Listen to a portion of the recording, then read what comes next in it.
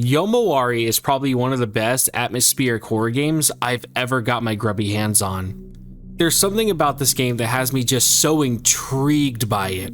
From the cute chibi designs of the characters to the RPG Maker looking sprites that make up the environments, Yomawari gives off a feeling of familiarity, like a nice visit back to your comfy home after a long time of being gone. Granted, that whole feeling is ripped away flawlessly when the monsters come into play, but when you aren't dealing with the horror elements, Yomawari hits the idea for me quite well. I feel like I'm back in my childhood, just experiencing that time when a friend and I would sneak out of the house and walk through the streets at 2 a.m. in our tiny small town, getting to see the usual busy places with people out every day to a now somber and quiet place, with not a single soul to be seen. With the usual sounds of cars and passerbys now being replaced with sounds of occasional dogs barking in the distance or the slow rise of a car passing by from someone making their way through. While beautiful it is to see your town like that, it was also very dangerous and scary at times being out that late. As much as I always enjoyed walking around late at night, I would be lying if I didn't always worry about someone or something being out there lurking. Usually the fear was cops, but still. Now as an adult, I can see why the day we got stopped by a cop, he wasn't too happy about a couple of 6th graders being out at 5 a.m. for the reason we gave him being because we were bored. I think you can see why I just vibe heavily with this game. It's even crazier how well Yomawari hits the emotion while never having any music to accompany these moments that you're in. There's an OST playlist on YouTube you can check out, and will be quick to find it's nothing but crickets and low hums plus other ambient sounds. Technically, there is only one track in the game that could be considered a song, and they still managed to use it in the best place possible, showing the devs had a great awareness how the player would end up feeling, allowing them to focus to make sure the game naturally leads you to these thoughts and emotions instead of them trying to force one out that the game wouldn't have built towards naturally. There's just something that makes my monkey brain so excited when I pass a vending machine and hear the hum come closer to then have it fade out as I walk away. But obviously, the peaceful sensation has to break at some point. It is a horror game after all. But the question is, does Yomawari do the horror part well? The answer is an astounding yes. So for you to actually see what's chasing you, your flashlight is required to make the monsters be viewable to the player, letting you swish and swoosh it around looking for what monsters may or may not be lurking. When a monster is there, your heartbeat will start to become audible, with it getting faster as the monster is closer. This will usually send the player into a panic, trying to desperately pinpoint where it could be hiding. When you do finally uncover what's been lurking in the shadows, it's time to plan your escape. Do you risk running and having a chance the monster is faster and will easily catch up to you, or do you run and hide in a bush, which then causes this to happen? There's just something about this that makes the player feel so desperate to escape. The first few times you have to use a bush, you're left hoping the creature didn't realize you're in there hiding and it comes to pull you out.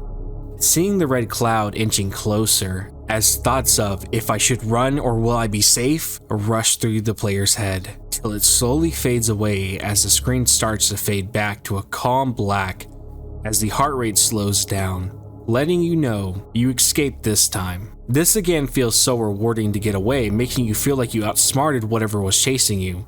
Then you realize even if they're right next to you when you jump into a bush, you will always be safe. Yeah, no matter what, you get into a bush, you're fine. It ends up killing a lot of the tension these moments have, since it goes from, oh god, am I safe? Oh no, to basically a free snack break.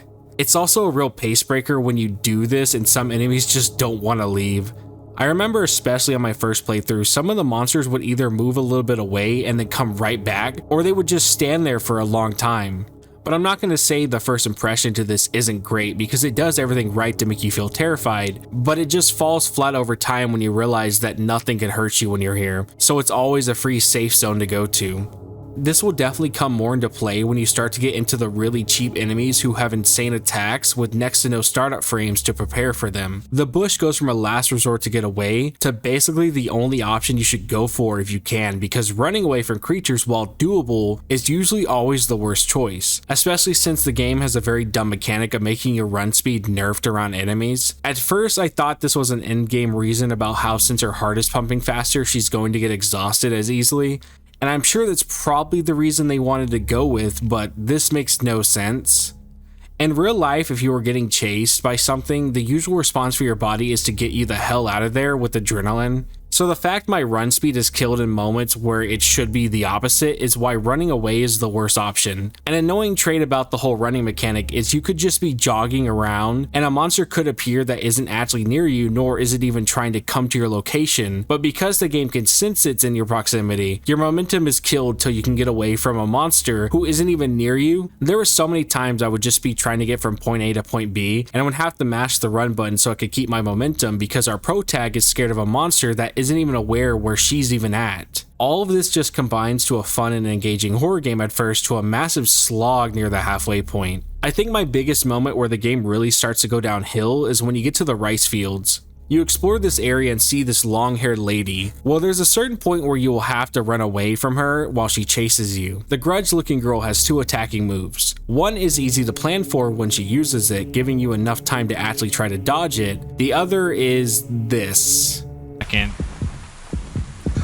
Yeah, see? So she'll do that move first and the other move second, but I thought she was going to appear in front of me instead of behind me. She will also do these attacks at random, meaning you just have to guess what attack is coming and plan for it. Mix this with your god-awful running speed, you could end up predicting correctly and still get killed because you're not fast enough to get away. Now let me tell you the reason why I think her run speed is lowered around enemies. It's because she can outrun the majority of the enemies in the game if she had her full running momentum at all times. You move quite fast compared to most threats when you're allowed to move at max speed. So I'm sure the devs realized if they didn't lower the running speed, you could just outrun everything and the game would lose its scare factor if all it takes to deal with any threat that appears is to just hold a button while moving to the side of them. That's why we're left with this whole mechanic being the way it is. But by forcing the player to deal with this mechanic, the game now is less horrifying overall. It becomes more frustrating than anything. Combine this with the fact you will die in one hit if anything damages you, it just pads out most of your playthrough to be constantly replaying segments. At the same time, I feel this may have been intentional to make the game longer as it was originally on the PS Vita of all systems. While I'm not against the one-hit kill mechanics in games, the mechanic being used in this game specifically will make you realize how enemy encounters go from scary to taking a dive into the annoying and stressful categories. A good example I want to bring up for comparison is the game Subnautica. The game's enemies are known to be quite threatening, but the reason why they're this way isn't just because they're massive beasts. It all comes down to your interactions with these leviathans. One thing Subnautica makes sure to do no matter what is making no enemy in the game being able to one-shot you at full health. And this is for good reason. The devs did this so when you do stumble upon a ghost leviathan or a reaper, you get that shock of them attacking but then get the relief of escaping from them, which then makes you feel like you barely made it out, and in return gives the player the idea that these creatures are a real threat, but you can manage them accordingly. Like, imagine if a ghost or reaper just showed up and killed you in one shot. While at first your interactions would be filled with fear or tension for sure, but having this happen over and over while trying to do any task, the player will soon start to dread them being around, but not in a good way. Instead of fearing them because they're scary and can be a hassle, if they figure out your location, they're now instead an instant restart to whatever you were doing while you're completely powerless to deal with them, which in return would make them a pace breaker and annoying instead of scary. These are how all the enemies in Yomawari play out. I only wanted to avoid the enemies that could hurt me because if I got attacked, it meant backtracking to whatever I was doing to restart it. You can save at Jizo statues to help alleviate some of the backtracking, with you returning to them when you die, and sometimes this can be used to actually teleport back to an area you were at, saving more time. You do need coins to save the statues, but don't worry about running out. I had so many near the end and I was basically saving at every Jizo statue I could. The coins also spawn in the same spot, so you can just get the coin, die, then repeat. But these statues still aren't a proper fix. But the most egregious thing the game does that I can't ever defend are the random jump scares that happen that will result in an instant death. The game will randomly throw these jump scares at you, and these are usually just a creature running towards your direction, and unless you're already planning for this, there's no way to react accordingly. I've also noticed sometimes these will happen and when you head back to the area, it won't occur again, while other times it's programmed to play out every time you reach that spot. The worst part is the game has one of these that is a forced encounter and you will die from it. For whatever reason, this monster will appear and give you no time to get away, making this a forced death, and I know this is the case because when it splits you open, you will always respawn right back next to where you died instead of one of the statues. It really makes no sense why the devs felt doing this to the player would be a good idea, but when you come back to the spot, the creature won't be here anymore. It's just when 90% of them feel annoying to observe, you really need to go back and rework the ideas you have. Finally is the story itself, and while I'm not going to deep dive into it as much as I usually do with other games, mostly because the story isn't really narrative heavy to begin with, I still want to talk about it briefly. You start the game off with your dog going on a walk in the middle of the night. The dog ends up getting a little scrape from a passing car. You then set out to find him as you feel he may still be alive. You run into your sister while looking for Poro and she just gets annoyed with you and then decides to go find the dog on her own. This all could have been fixed if they just talked to each other, but as a kid who also had to see my childhood dog ran over, I can get why maybe you don't want to really talk about it after it happened. You decide to go look for your sister to help her find Poro, but instead, you get attacked by creepy monsters.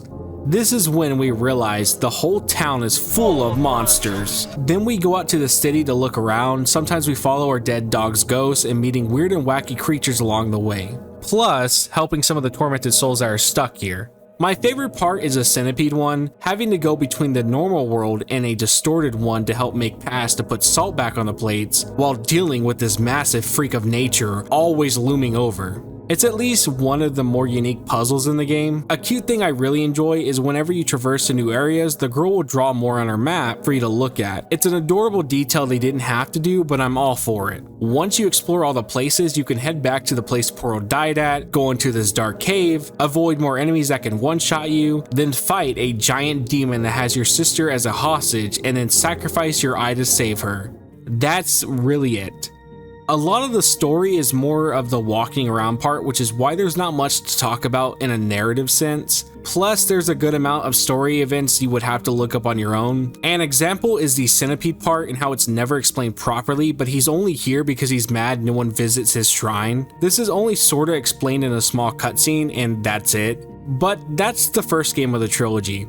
It seems Yomawari was liked enough to get 2 more games after, and I originally planned to visit the other 2 for 61 days, but I think I'll cover them another time. But even with all the negative stuff I mentioned, I still love this game and I'm not sure why. I could play this again and have fun while being aware of all the sucky parts, and I think it's because Yomawari is an interesting title with a lot of jank. I'm very aware I'm basing my opinions solely on the way the game makes me feel at times and not on if the game is good, and that's okay. At the end of the day, I don't need a game to be perfect. I just want a game that I can suck myself into its world and just be in the moment. And I think Yomawari does that perfectly. It's why I love it so much, even though I spent the majority of this review saying why it's awful. But with that, thanks for watching guys, and have a great night.